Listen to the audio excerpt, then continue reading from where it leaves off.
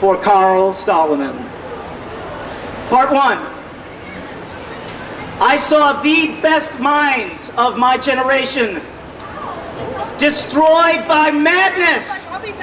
starving, hysterical, naked, dragging themselves through the Negro streets at dawn,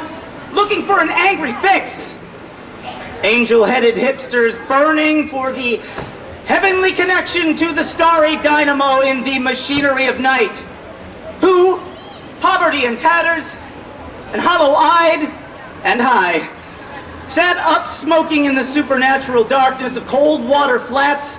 floating across the tops of cities, contemplating jazz, who poured their brains to heaven under the L and saw Mohammedan angels staggering on tenement roofs illuminated, who passed through universities with radiant, cool eyes, hallucinating Arkansas and Blake-like tragedy among the scholars of war, who were expelled from the academies for crazy and publishing obscene odes on the windows of the skull, who cowered in unshaven rooms in underwear, burning their money in waste baskets and listening to the terror through the wall, who got busted in their pubic beards, returning through Laredo with a belt of marijuana for New York, who ate fire in paint hotels or drank turpentine in Paradise Alley. Death or purgatoried their torsos night after night with dreams, with drugs, with waking nightmares, alcohol and cock and endless balls. Incomparable blind, streets of shuddering cloud and lightning in the mind leaping toward poles of Canada and Patterson, illuminating all the motionless world of time between. Peyote solidities of halls, backyard, green tree cemetery dawns, wine drunkenness over the rooftops, storefront burrows of T-head joyride, neon blinking traffic light, sun and moon, and tree vibrations in the roaring winter dusks of Brooklyn, ash can rantings, and kind king light of mind who chained themselves to subways for the endless ride from Battery to Holy Bronx on Benzedrine.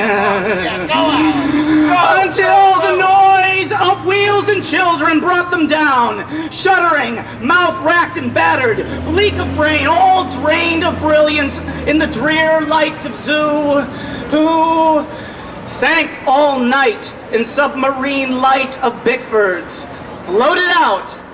and sat through the stale beer afternoon in desolate fugazis, listening to the crack of doom on the hydrogen jukebox, who talked continuously. 70 hours from park to pad to bar to Bellevue to museum to the Brooklyn Bridge.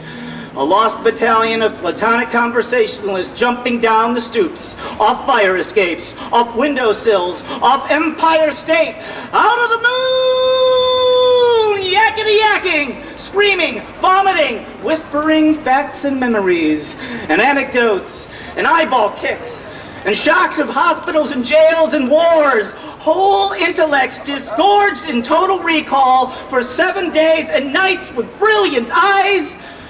meet for the synagogue cast on the pavement, who vanished into nowhere Zen, New Jersey, leaving a trail of ambiguous picture postcards of Atlantic City Hall, suffering Eastern sweats and Tangerian bone grindings and migraines of China under junk withdrawal in Newark's bleak furnished room, who wandered around and around at midnight in the railroad yard wondering where to go, and went, leaving no broken hearts, who lit cigarettes in boxcars, racketing through snow toward lonesome farms in grandfather night, who studied Plotinus Poe, St. John of the Cross telepathy, and Bob Kabbalah because the cosmos instinctively vibrated at their feet in Kansas, who loaned it through the streets of Idaho, seeking visionary Indian angels, who were visionary Indian angels, who thought they were only mad when Baltimore gleamed in supernatural ecstasy, who jumped in limousines with the Chinamen of Oklahoma on the impulse of winter midnight, streetlight, small-town rain, who lounged hungry and lonesome through Houston, seeking jazz, or sex, or soup, and followed the brilliant Spaniard to converse about America and eternity, a hopeless task, and so took ship to Africa, who disappeared into the volcanoes of Mexico, leaving behind nothing but the shadow of dungarees and the lava and ash of poetry scattered in fireplace Chicago, who reappeared on the West Coast investigating the FBI in beards and shorts, big pacifist eyes,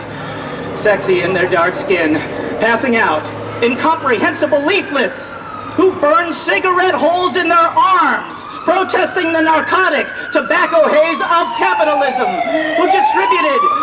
super communist pamphlets in Union Square, weeping and undressing while the sirens of Los Alamos wailed them down and wailed down Wall, and the Staten Island Ferry also wailed, who broke down crying in white gymnasiums, naked and trembling before the machinery of other skeletons, who bit detectives in the neck and shrieked with delight in police cars for committing no crime but their own wild cooking pederasty and intoxication, who howled on their knees in the subway and were dragged off the roof waving genitals and manuscripts, who let themselves be fucked in the ass by saintly motorcyclists and screamed with joy, who blew and were blown by those human seraphim, the sailors, caresses of Atlantic and Caribbean love, who bawled in the morning, in the evenings, in rose gardens, and the grass of public parks and cemeteries, scattering their semen freely to whomever come who may,